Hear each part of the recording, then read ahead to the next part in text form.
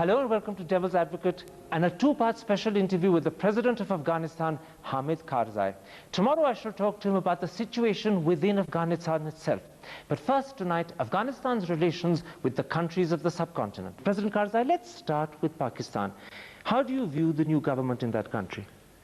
Well, it's an elected government. It's a government that we have good relations with. I've already met Prime Minister Gilani once, and I've spoken to him on telephone many times.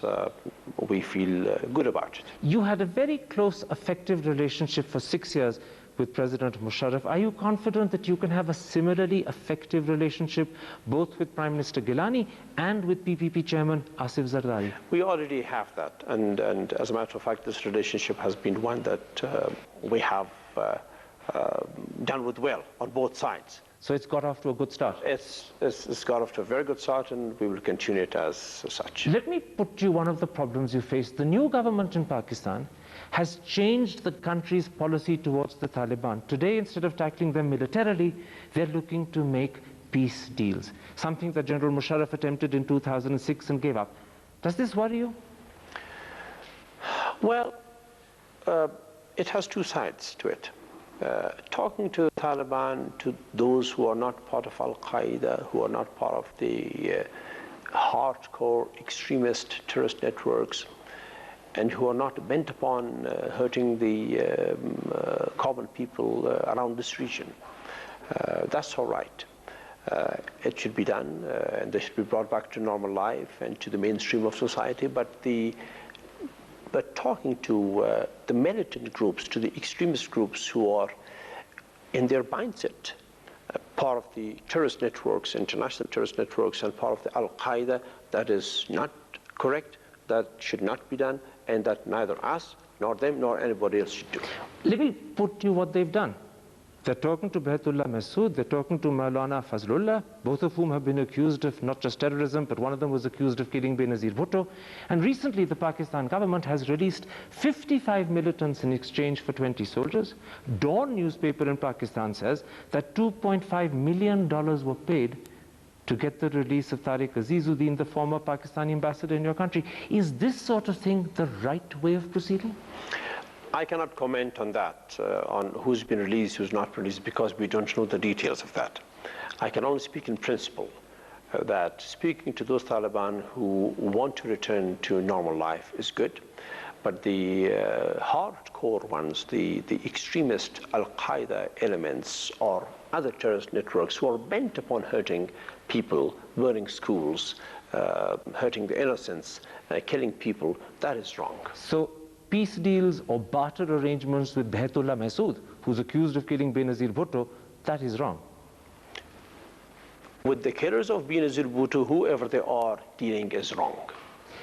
The other thing that lies at the heart of these peace deals is an arrangement for the Pakistanis to either withdraw their troops or relocate them, and in return for the Taliban to stop carrying out terrorist attacks within Pakistan or attacks on security forces.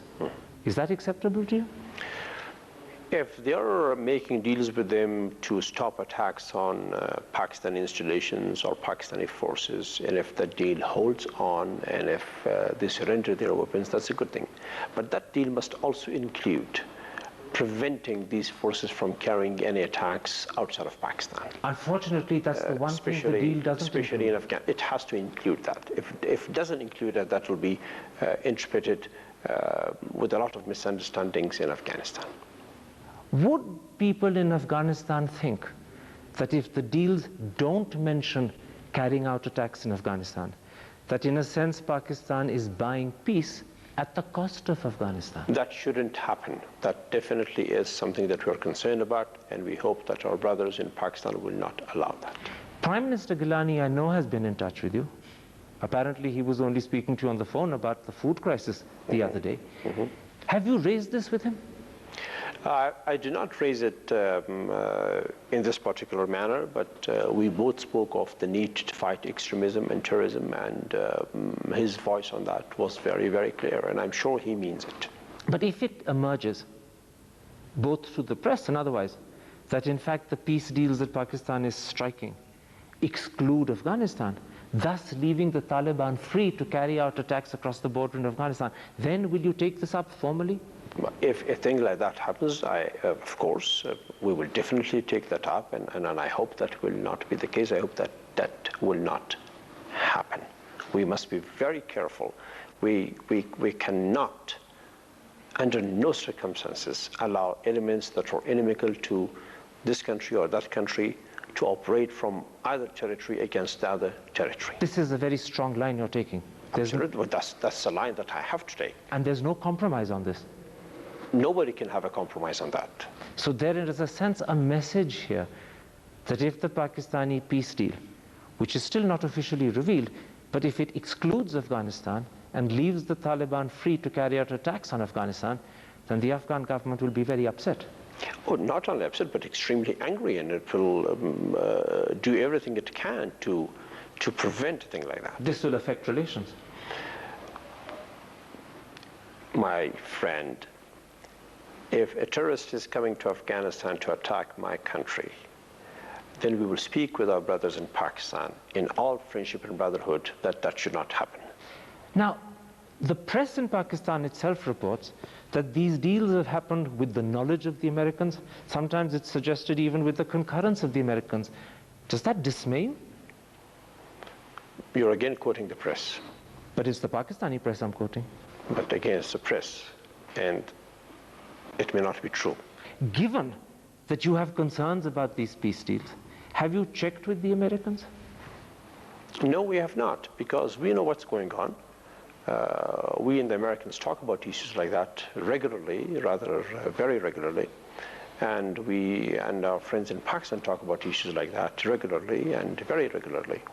We have a lot of contact, and we have a lot of information, so we know when something is wrong. We know it, and we raise our voice to the concerned people. You spoke at the end of April to the New York Times, and you said that you would like increasingly ISAF forces to target not Taliban in Afghan cities, but Taliban safe hideouts, particularly those across the border in Pakistan. Given what we are now seeing happening in Pakistan, is that at all likely to happen? I did not say that we must attack Taliban hideouts in Pakistan. I said we must conduct this war against terrorism in a manner that we are sooner closer to success rather than later. That means that we must go and find out where the sanctuaries of these terrorists are, find out who is financing them, find out their training elements. Now, if that is happening in Afghanistan, we should do it here. If that's happening in Pakistan or in any other country in this region, we should exactly go and do the same. And are you also suggesting that the ISAF forces should have the freedom to do this on both sides of the Afghan-Pakistan border? Pakistan is a sovereign country. I in Afghanistan cannot send ISAF to Pakistan. So that's very clear. We are trying to fight terrorism and fight it regionally and fight it internationally. I hope that all of us can join hands for the good of all of us and do a good job in fighting terrorism. That's your real message to the Pakistani government? That's my real message to all of us. Let's take a break there. After the break, I want to talk to you about the other country in the subcontinent, India. See you in a moment after the break.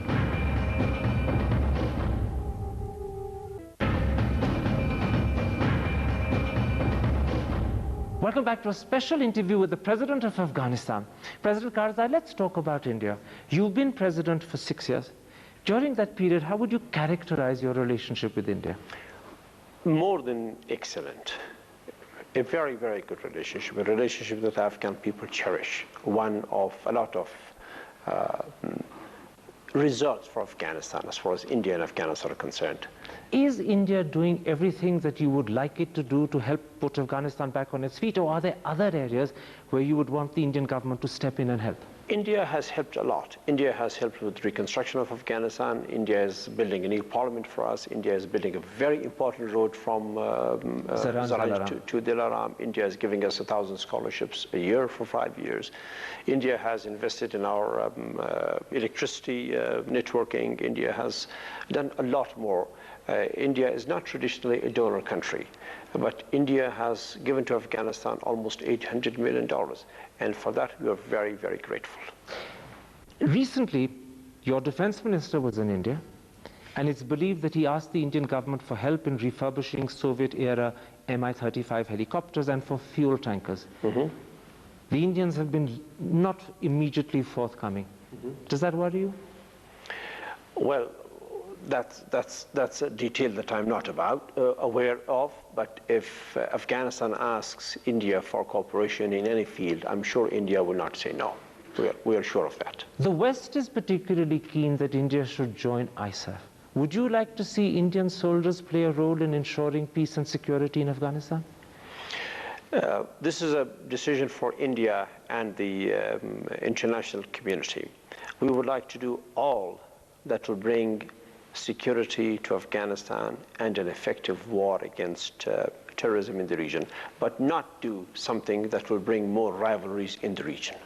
So does that mean, and I'm trying to interpret your answer, that if India's involvement in ISAF will create problems with Pakistan, then you wouldn't want it to happen? We don't want any problem between India and Pakistan to affect Afghanistan, as we do not want our relations with Pakistan to affect our relations with India, or our relations with India to affect our relations with Pakistan. India is a very strong, steady partner with Afghanistan, and we have made that very, very clear to all the countries around, including Pakistan. At the same time, we have reassured Pakistan that our relations with India are in no way going to cause harm to our relations with Pakistan. So we are trying to bring cooperation. We're trying to bring integration into the region, not competition and rivalry. There are two issues that concern people in India about Afghanistan. The first is the safety of Indian nationals working in development projects in your country. 4 have died this year, 12 have been injured. How can you assure people that this is only a temporary phase, that Indians who come here are not going to be targets? The Afghans are pained very much when Indian workers are hurt. This is something that we are extremely aware about. This is something that we really want to be addressed. Indian workers here have given their lives for Afghanistan, and Afghanistan respects that immensely and shares the pain with India. A second issue that has attracted a lot of attention in India is the decision by your Minister of Information and Culture to ban Indian soap operas from Afghan screens. He seems to have decided after 4 years that these are against Afghan culture and religion. No, it's not all the Indian dramas and soap operas. It's out of about 10 or 12 that are running on Afghan television channels, various channels in the country. Only 2 have been asked. I thought it was 5. No, I believe it's only 2. But they were the most popular. Regardless of that. Now, you had in India a case against that famous painter, M.F. Hussain, because of the paintings that he had done. And the case went to the Supreme Court, and then the Supreme Court decided in his favor. So these are cultural issues of interpretations by societies, nothing to do with politics or relations. I take your point completely. You said that these are cultural issues, and that's why I want to quote to you what Jahid Mohsini, the director of Tolo TV, says. He says, these serials have become an icon for free speech. Abdul Mubariz, the president of your own National Union of Journalists, says, there is nothing against our religion in these shows. We strongly believe these actions will endanger our democracy. And even your own Deputy Minister for Women Affairs, Najiba Sharif, says that I am worried there will be another Taliban era ahead of us. Are they all wrong? That's really going too far. Najiba. Everybody that you've quoted. First of all, a drama is not freedom of speech. Freedom of speech is doable, presentable in a lot of other ways. and Afghanistan has perhaps the best freedoms of speech in this part of the world. Maybe it equals Indian freedom of speech. You look at our media, you look at our television channels. Politically, the freedom of speech in Afghanistan is guaranteed more than any other country in this part of the world. Now, cultural issues are different. You have, in India, a board of censorship for Indian movies. You have in the United States, for television programs, warnings, parental guidance, this, that. Now, Afghanistan began a journey 6 years ago in which it has gone too far indeed. It took you 50 years, it took the Americans 200 years. It took us 6 years to get where we wanted to be. But Afghanistan must have the freedom that it should have to decide where we feel that this is not what our society wants, or this is not our children should see, and stop it. Let me ask you, how far should this freedom go? Once again, I'm quoting The Guardian, but they report that your parliament is considering a ban on makeup, on men's jeans, on long hair, even on couples talking in public. Would that be going too far? That will not happen. No. It won't happen? It will definitely not happen. That's a personal assurance you're giving me. It's the assurance of the Afghan people. When I last interviewed you in 1992, you were the Deputy Foreign Minister in Sibghatullah Mojahedi's government, and at the time you said that Indo-Afghan relations had been affected by India's support for the Soviet invasion, and it would take many years for the relationship to come back to where it was. Today, 16 years later, is that friendship fully restored? Absolutely. India did magnificently well in Afghanistan in the past 6 years, and the Afghan people see that clearly.